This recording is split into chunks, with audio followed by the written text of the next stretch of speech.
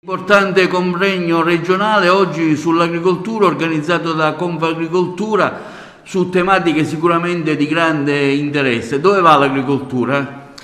Ma senta, questo è quello che i nostri imprenditori oggi chiedono al mondo della politica. Sono presenti tantissimi imprenditori da tutta la Sicilia, ognuno per comparto. Sono altrettanto presenti gli assessori regionali al ramo, l'agricoltura, l'assessorato alle energie, l'assessorato alle attività produttive, l'assessorato al bilancio e all'ambiente.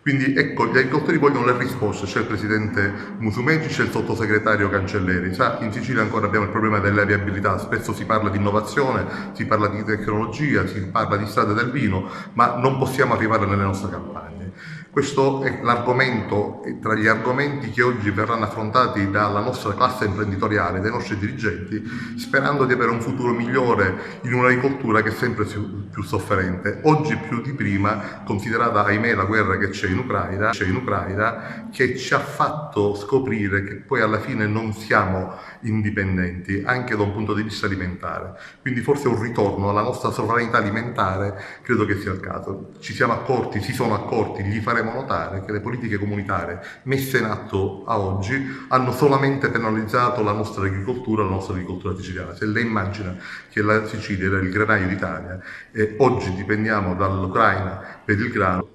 Oggi giornata mondiale dell'acqua, l'acqua è fattore vitale importante per l'agricoltura, purtroppo da dati recenti il sud spende poco e spende male in merito alle risorse idriche. Anche questo è un argomento che oggi tratteremo, anche se le devo dire che il governo Musumeci ha proprio fatto lo scorso mese un mando sui laghetti, quindi è un primo segnale importante. Speriamo che incrementino la dotazione finanziaria per premiare tutte quelle iniziative imprenditoriali volte a recuperare l'acqua caduta dal cielo, che altrimenti si perde come si è perso. Perché sa, quando piove, proprio perché non c'è la reggimentazione delle acque, lo abbiamo visto questo inverno, l'agricoltore poi subisce anche danni. In estate poi c'è il problema della siccità. Quindi andare a creare delle strutture, delle infrastrutture che captano l'acqua nel periodo giusto